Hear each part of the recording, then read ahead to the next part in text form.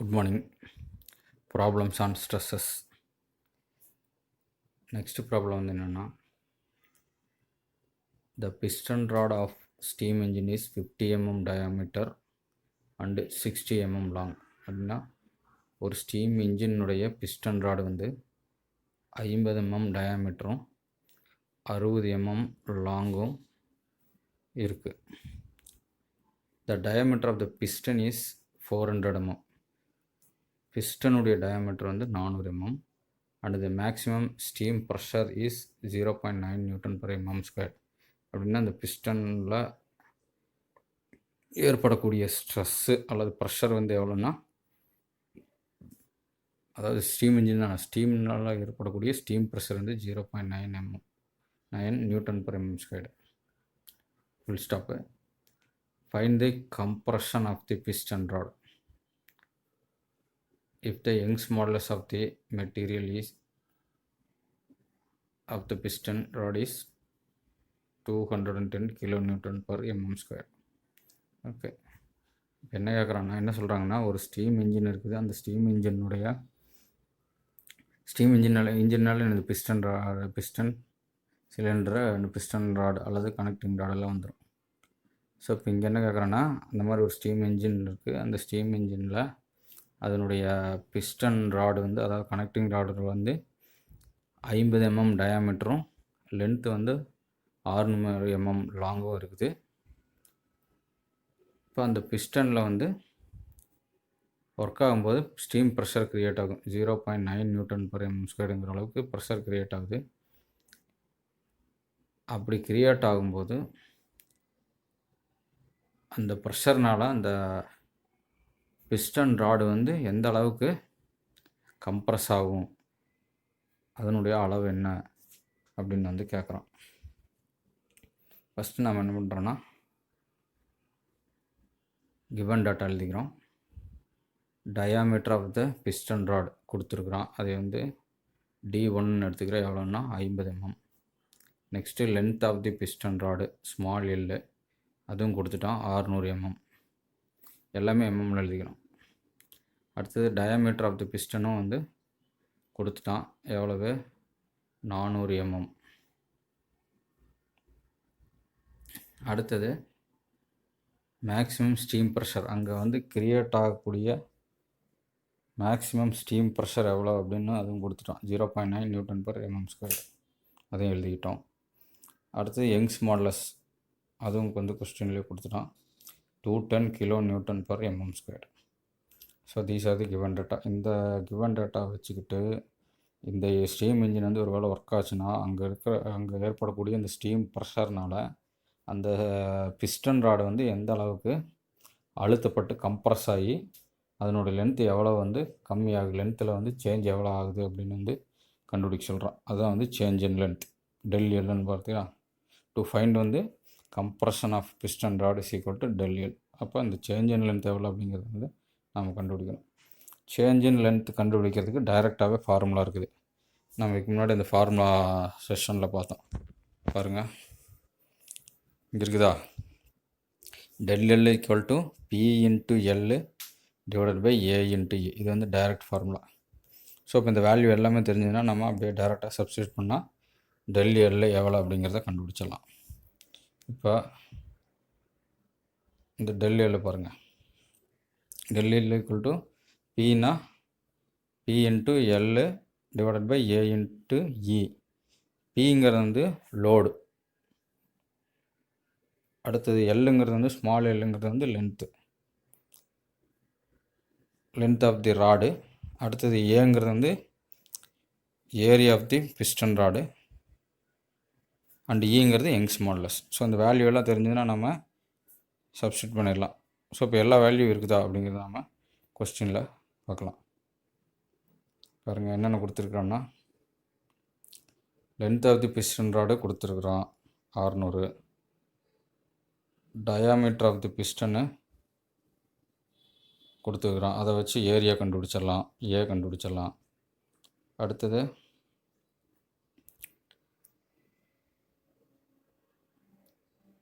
Length இருக்குது, area இருக்குது, del L தான் நம்ம கண்டுபிடிக்கணும். அப்புறம் யங்ஸ் மாடுலஸும் கொடுத்துருக்குறோம். பி வந்து லோடு வந்து கொடுத்துருக்கானா லோடு கொடுக்கல. ஸோ அப்போ என்ன பண்ணணும்னா இந்த லோடு வந்து கண்டுபிடிக்கணும். லோடு கண்டுபிடிச்சிட்டோம்னா அப்போ மீதி எல்லா வேல்யூவும் வந்து டேரெக்டாக சப்ஸ்டியூட் பண்ணிடலாம். ஸோ இப்போ எப்படி லோடு கண்டுபிடிக்கணும் அப்படின்னா அதுக்கு ஒரு ஃபார்முலா இருக்குது. என்ன ஃபார்முலானா இங்கே பாருங்கள், இந்த யங்ஸ் மாடுலஸ் கீழே ஒரு ஃபார்முலா கொடுத்துக்கிறாங்க பாருங்கள். P is equal to force on the piston rod is equal to Pங்கிறது என்ன அர்த்தம்னா அந்த பிஸ்டன் ராடில் ஏற்படக்கூடிய ஃபோர்ஸ் இஸ் ஈக்குவல் டு என்னது லோடு. ஸோ அப்போ அதுதான் வந்து லோடு. அதுக்கு என்ன ஃபார்முலானா area of piston into steam pressure அப்படின்னு ஒரு ஃபார்முலா இருக்குது. ஒரு ஸ்டீம் இன்ஜினில் ஏற்படக்கூடிய லோடு எவ்வளோ அப்படின்னு கண்டுபிடிக்கணும்னா அந்த லோடுங்கிறது எதுனா பிஸ்டனுடைய ஏரியாவும் அந்த ஏரியாவுக்குள்ளார கிரியேட் ஆகக்கூடிய ஸ்டீம் ப்ரெஷர்னுடைய அளவும், இது ரெண்டையும் வந்து நம்ம மல்டிப்ளை பண்ணோம்னா நமக்கு ஃபோர்ஸ் அல்லது லோடு அந்த பிஸ்டன் அல்லது பிஸ்டன் ராடு வந்து கண்டுபிடிச்சிடலாம். ஸோ தேர்ஃபோர் அதை சப்ஸ்டியூட் பண்ணலாமா? ஏரியா ஆஃப் பிஸ்டன் கண்டுபிடிக்கிறதுக்கு என்ன பண்ணணும் ஃபார்முலா, பிஸ்டன் ராடு வந்து ரவுண்டாக தான் இருக்கும். அப்போ area of circular formula π/4 into D square.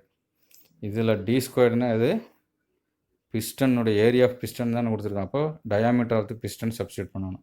Diameter of the piston வந்து என்னது 400. So π/4 into 400 whole square is into steam pressure வந்து எவ்வளவு கொஸ்டினில் கொடுத்துருக்காங்க 0.99. ஸோ சப்ஸ்டியூட் பண்ணால்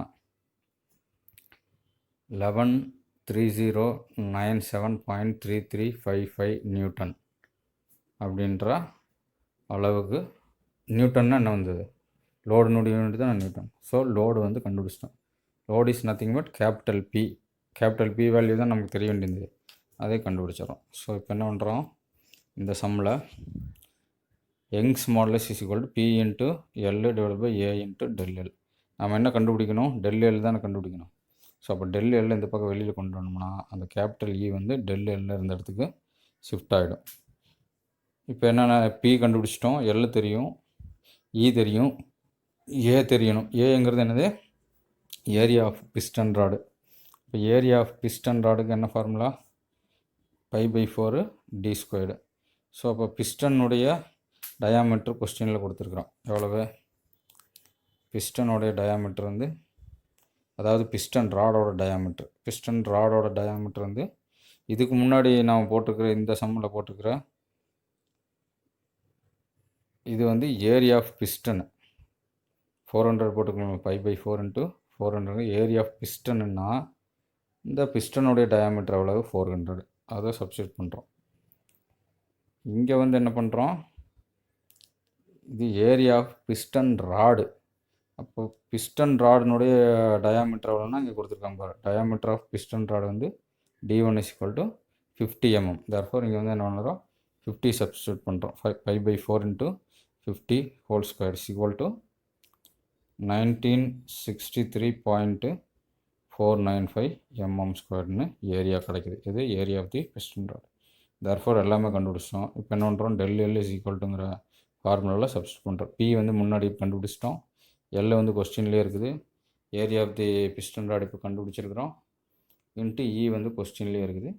சப்ஸ்டியூட் பண்ணிங்கன்னா டெல் எல் கிடச்சிரும். Okay, thank you. Now next sum. இந்த சம் பாருங்கள், இதுவும் ஒரு ஸ்டீம் இன்ஜின்ஸ் பற்றின சம் தான்.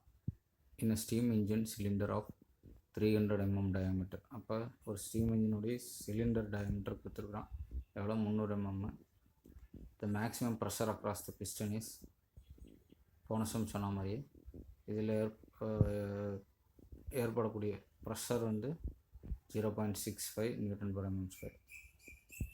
Determine the diameter of the piston rod. இங்கேயும் அதே தான், diameter of the piston rod கண்டுபிடிக்க சொல்கிறான். If the maximum tensile and compressive stress on piston is limited to 40 Nm².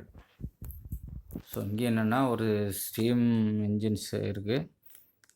அந்த ஸ்டீம் இன்ஜின் ரன் ஆகும்போது அங்கே வந்து ப்ரெஷர் வந்து க்ரியேட் ஆகுது. அப்படி ப்ரெஷர் வந்து க்ரியேட் ஆகும்போது எவ்வளோ ஸ்ட்ரெஸ்ஸு க்ரியேட் ஆகுதுங்கிறத கொடுத்துட்டான். ஸோ அப்படி ஆகும்போது அங்கே இருக்கக்கூடிய பிஸ்டன் ராடினுடைய டயாமீட்டர் எவ்வளோ இருக்கும் அப்படின்னு கேட்குறோம். ஸோ இப்போ பிஸ்டன் ராடினுடைய டயாமீட்டர் நம்ம கண்டுபிடிக்கணும்னா எதை கண்டுபிடிக்கணும்னா area of the piston rod கண்டுபிடிக்கணும். ஏரியா ஆஃப் தி பிஸ்டன் ராடுக்கு தெரிஞ்சதுன்னா டயாமீட்டர் வந்து ஏரியா ஆஃப் தி பிஸ்டன் ராடில் தான் இருக்கும். ஸோ இப்போ நம்ம கிவன் டேட்டாலாம் எழுதிக்கலாம்.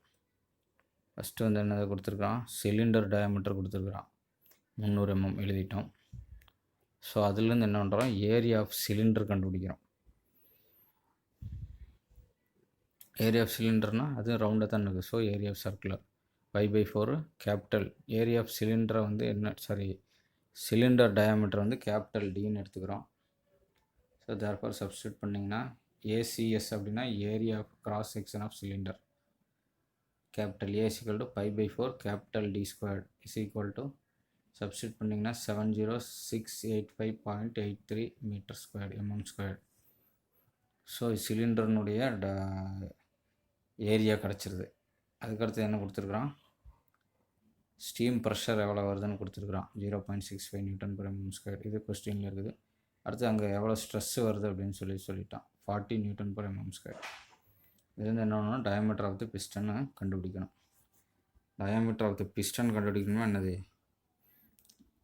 Area of the piston rod தெரிஞ்சுன்னா diameter of the piston rod கண்டுபிடிச்சிடலாம். Area of the piston rod எப்படி கண்டுபிடிக்கிறது, area of rod is equal to force by stress. இது எங்கேருந்து வருதுன்னா இங்கே வருங்க, on piston stress equal to load by area.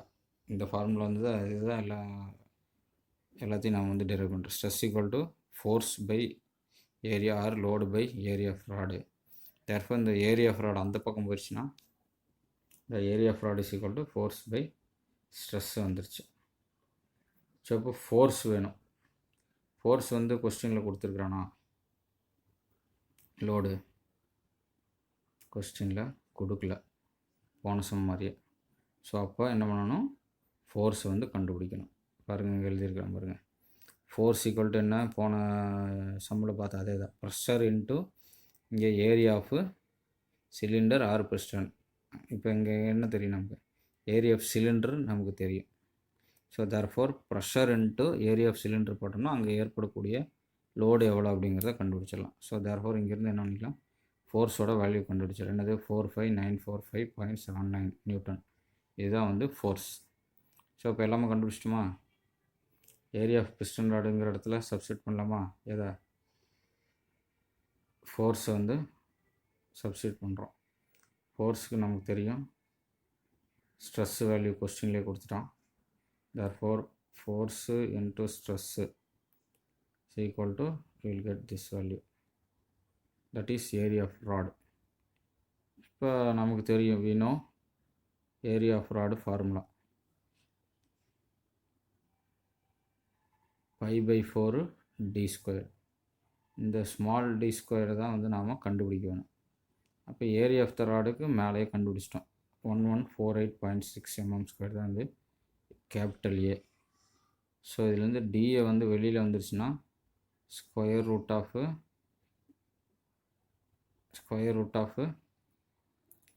1148.6, அதாவது ஏரியா ஆஃப் ராட் இன்ட்டு இந்த π/4 இருக்கிற இந்த 4 வந்து மேலே வந்துடும், இந்த பை வந்து கீழே வந்துடுது. தேர்ஃபோர் சப்ஸ்டியூட் பண்ணால் 38.24 அப்படின்ற வேல்யூ வருது. அதை வந்து நம்ம 40க்கு ரவுண்ட் பண்ணிக்கிறோம். ஓகேவா. ஸோ இந்த ஸ்மால் டிங்கிறது தான் வந்து டயாமீட்டர் ஆஃப் தி ராடு. இங்கே வந்து இந்த கேபிட்டல் டிங்கிறது